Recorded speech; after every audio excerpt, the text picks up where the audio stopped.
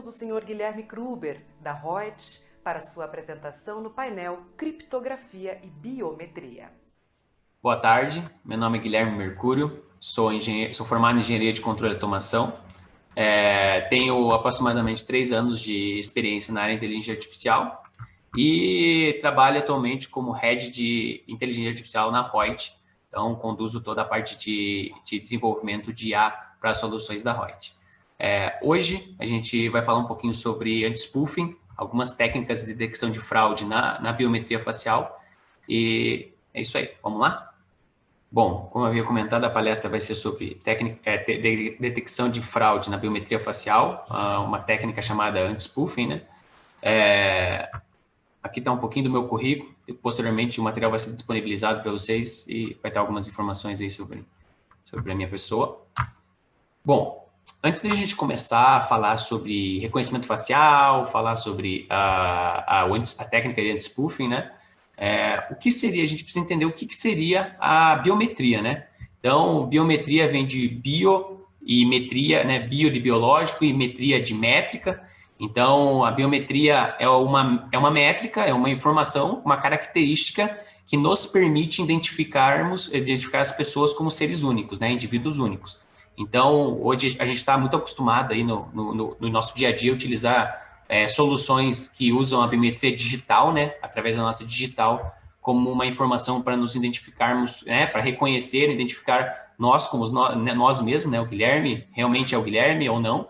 Então, eu consigo, através da biometria digital, a gente consegue fazer essa identificação, mas, claro, apesar de ser uma biometria altamente utilizada no mercado, nós temos diversas outras, e aqui eu trouxe alguns exemplos, né? Então, eu tenho a biometria facial, que é o tema da nossa palestra hoje, eu tenho a biometria por íris, biometria por voz, biometria pela retina, e trouxe um fato curioso, que é a biometria pela cadência de digitação. Cada ser humano tem uma cadência única de digitação, e essa cadência nos permite identificar uma pessoa através, né, de um período de digitação. Assim, a gente consegue fazer essa identificação, verificando se é ou não uma determinada pessoa. Então, falando aqui um pouco mais da biometria facial, né, do reconhecimento facial, que é o tema da palestra, é uma técnica amplamente já estudada há muito tempo. As pesquisas iniciaram na década de 60, então, qual que era a ideia? Era através de pontos característicos da face, nós conseguimos identificar uma pessoa e conseguir dizer que ela, em outras imagens, em outros momentos, né, fazendo essa comparação, conseguindo identificar que a pessoa X é realmente a pessoa X, sem precisar que essa pessoa se autodeclare, né? Então, a pesquisa iniciou lá nos anos 60 e veio desde então, até 2010, vem evoluindo constantemente, porém, sempre num viés muito de processamento de imagem, né? Como o reconhecimento facial é da área da visão computacional, o pessoal utilizava muito processamento de imagem para tentar conseguir extrair características que nos permitissem identificar as pessoas, né?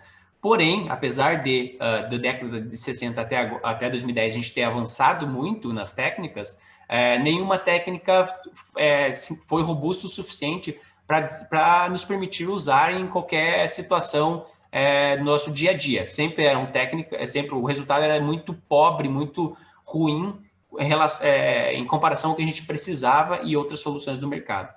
Porém, isso mudou drasticamente em 2010, que foi quando se começou a utilizar o Deep Learning, a inteligência artificial, no reconhecimento facial.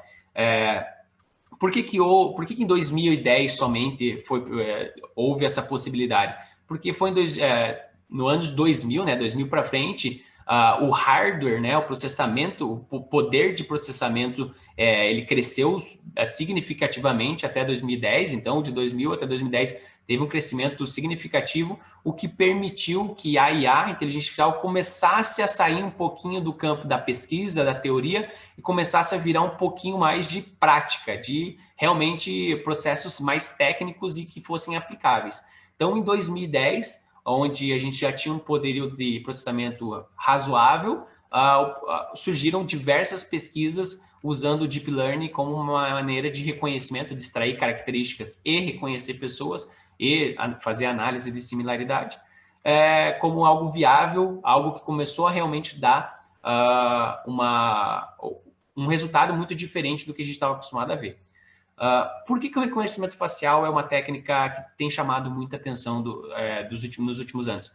Porque ela é uma técnica contactless. Você consegue fazer o reconhecimento de uma pessoa sem que ela precise tomar uma ação para isso, sem que ela precise tocar em alguma coisa, sem que ela precise estar em contato com a solução específica. Você consegue fazer reconhecimento facial com uma câmera, por exemplo, a 30, 40 metros hoje em dia, e essa câmera consegue detectar, reconhecer a pessoa sem que ela precise tomar uma ação em relação à aplicação que está fazendo esse reconhecimento. Então, por ter esse potencial de fazer reconhecimento tanto em pequenas distâncias como em grandes distâncias, essa é uma aplicação que vem sendo amplamente estudada e aplicada em diversas soluções.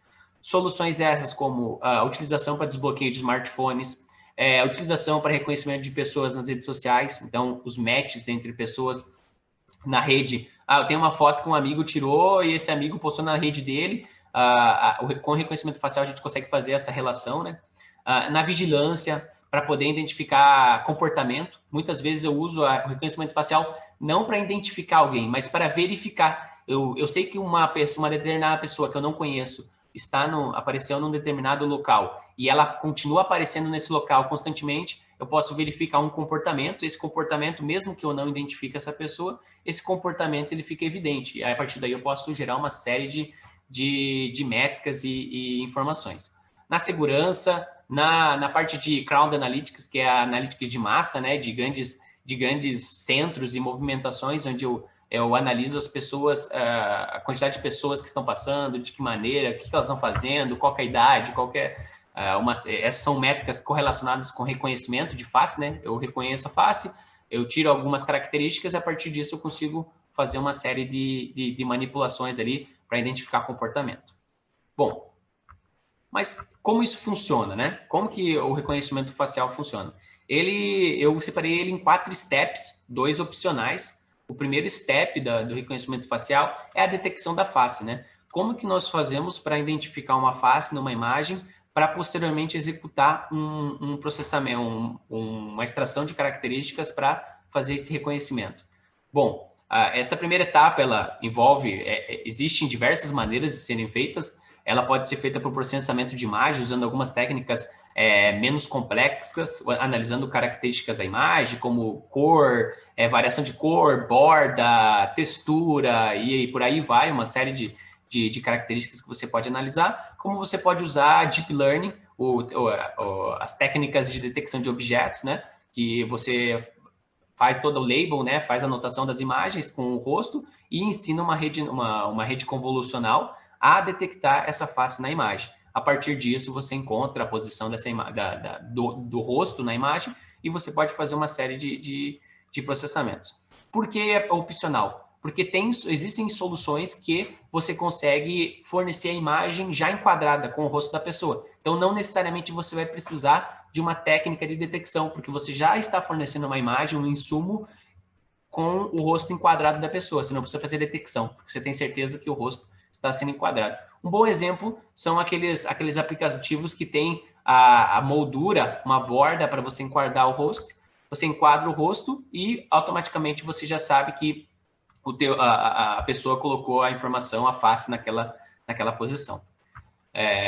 Bom, segunda etapa, que também é considerada opcional, é o pré-processamento. Existem algumas técnicas onde você precisa preparar, se de alguma forma você quer obter um resultado diferente, você pode preparar a tua imagem, fazer um pré-processamento dela antes de extrair as características, para que o teu algoritmo obtenha um resultado diferente conforme a situação que você está aplicando. Então, nesse caso aqui, eu trouxe um exemplo de pré-processamento, onde eu fiz o corte do rosto, né, para enquadrar o rosto bem certinho, e deixei ele em escalas de cinzas. Pode ser que em algumas aplicações seja mais favorável, melhor para o desempenho do sistema, nós termos uma imagem em escalas de cinza. É também opcional, porque você, na maioria das vezes, vai usar a imagem sem fazer pré-processamento para você preservar todas as características necessárias, né? Bom, o terceiro step já não é step opcional, porque é o cerne do reconhecimento facial, que é a extração de features, né? Extração de características. O que seria essa etapa? É a etapa onde eu vou identificar pontos, vou identificar informações da face da pessoa, para poder, posteriormente, utilizar numa análise, para fazer a identificação. Eu trouxe 2 exemplos aqui. Um exemplo mais nominal, onde eu consigo entender e consigo ver o que está acontecendo, que é o exemplo da esquerda, onde eu plotei todos os pontos característicos extraídos por um método, o método de extração de landmarks, né? Eu plotei todos os pontos característicos que esse processo extraiu para mostrar que esse é um processo nominal, que eu consigo dizer quais são os pontos característicos que estão sendo extraídos. Ele é mais ilustrativo, porque os processos mais performáticos utilizam alguns processamentos que são caracterizados como encodings, onde o processo de encode é você pegar um dado, transformar ele em uma outra informação que representa aquele primeiro dado original, mas ele está representado de uma maneira diferente.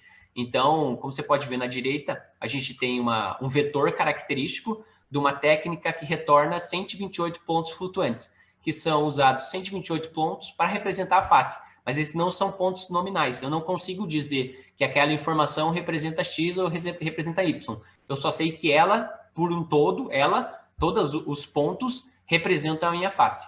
Então, no lado da esquerda, é uma técnica que já retorna um resultado muito mais preciso, né? Porque ele já é um resultado de uma rede convolucional que vai processar a tua face e extrair esse vetor característico.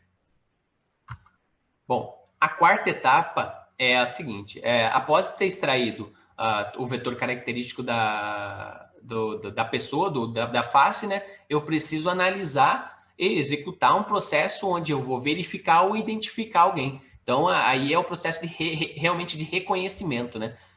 Eu tenho lá um vetor de 128 posições, eu vou usar uma métrica em cima desse vetor de 128 posições para comparar com outros vetores de outras pessoas ou da própria pessoa em questão, para verificar qual que é a distância, né? Qual que é a similaridade que eu tenho entre o vetor que eu extraí e os vetores que eu já tenho previamente guardados que me representam aquela pessoa em específico. Então, aqui no caso, eu trouxe um exemplo do Cosine, né? Que é uma métrica amplamente utilizada, que, claro, existem muitas outras, né? Mas no caso aqui, só para elucidar, eu trouxe para vocês a análise de similaridade usando Cosine, né? Só uma imagem ilustrativa. É importante falar que todas essas etapas, elas podem ser feitas com inteligência artificial ou não, porém a IA é o caminho, é o duto que tem trazido resultados muito mais expressivos e significativos para o processo de reconhecimento facial. Então, assim, é difícil não vincular a inteligência artificial no reconhecimento facial. O pessoal hoje já não utiliza tanto métodos diferentes para fazer extração de características ou detecção de face. Dado esse overview em relação ao reconhecimento facial, um ponto importante que fica em aberto é em relação à possibilidade de fraude desses sistemas, né? Então, normalmente, por exemplo, alguns países já usam o reconhecimento facial como maneira de autenticação de processos financeiros, porém, da mesma jeito que a tecnologia avança, os processos de fraudes também avançam. Então, eu trouxe aqui elencado alguns tipos de ataques para o reconhecimento facial, que seriam separados em 2D e 3D. Um ataque 2D seria um ataque com foto impressa, foto em dispositivo, um vídeo e um vídeo em dispositivo também. E um ataque 3D seria usando uma máscara impressa em 3 dimensões, né? Então, como que a gente pode fazer para evitar, né? Como que a gente pode fazer para evitar esses ataques, que seria o anti-spoofing, né? Spoofing é uma terminologia para fraude de processos eletrônicos, né? Então, aqui eu trouxe alguns exemplos do como o pessoal tem trabalhado aí, ó. Então, você vê que tem máscara, tem foto, tem dispositivo, tem tudo. Como você pode ver, são datasets orientais, porque lá o reconhecimento facial mais amplamente utilizado em processos mais críticos, né? Então, eu trouxe aqui alguns exemplos de métodos de detecção dessa fraude.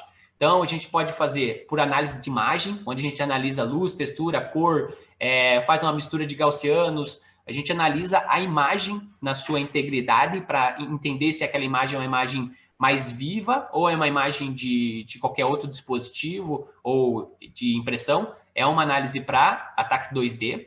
Tem o Liveness Detection, que é a detecção de vivacidade em tradução livre, que seria voltado para você analisar, por exemplo, microexpressões faciais, onde a pessoa piscar, movimento do lábio, movimento da cabeça, entender a questão da luminosidade, como que ela está variando. Isso já é mais para uma detecção onde você precisa de um pequeno vídeo, né? Algum trecho onde você pede para a pessoa executar alguma ação. Então, é mais relacionado a um pequeno, não só um frame, mas a uma imagem, a um vídeo, né? Uma análise de profundidade, que é um método que eu diria que é extremamente preciso e é utilizado hoje nos celulares, que é onde você coloca uma câmera infravermelha, faz a análise de profundidade para identificar e eliminar toda a possibilidade de ataque 2D. No caso, a análise de profundidade não supera o ataque 3D, né? E a gente tem a possibilidade, já comentado, da câmera infravermelha, de adição de algum sensor, né? Um sensor como uma câmera 3D, uma câmera infravermelha, que esses sensores agregam uma nova informação à face, à informação da face, para conseguir superar essa tentativa de ataque. Hoje, realmente, o ataque 3D é um ataque extremamente complexo de identificar, porém, ele fornece algumas variações de características que, com base em algumas análises, você consegue fazer essa distinção. Então, esses são alguns métodos, né, utilizados hoje para superar esse problema. E queria agradecer a atenção de todos. Trouxe aqui um pouquinho sobre reconhecimento facial, sobre o anti-spoofing, né, detecção de fraude, e como a gente pode fazer para superar essas barreiras. Então é isso, pessoal. Obrigado. Agradecemos o senhor Guilherme Gruber, da Reut, por sua apresentação.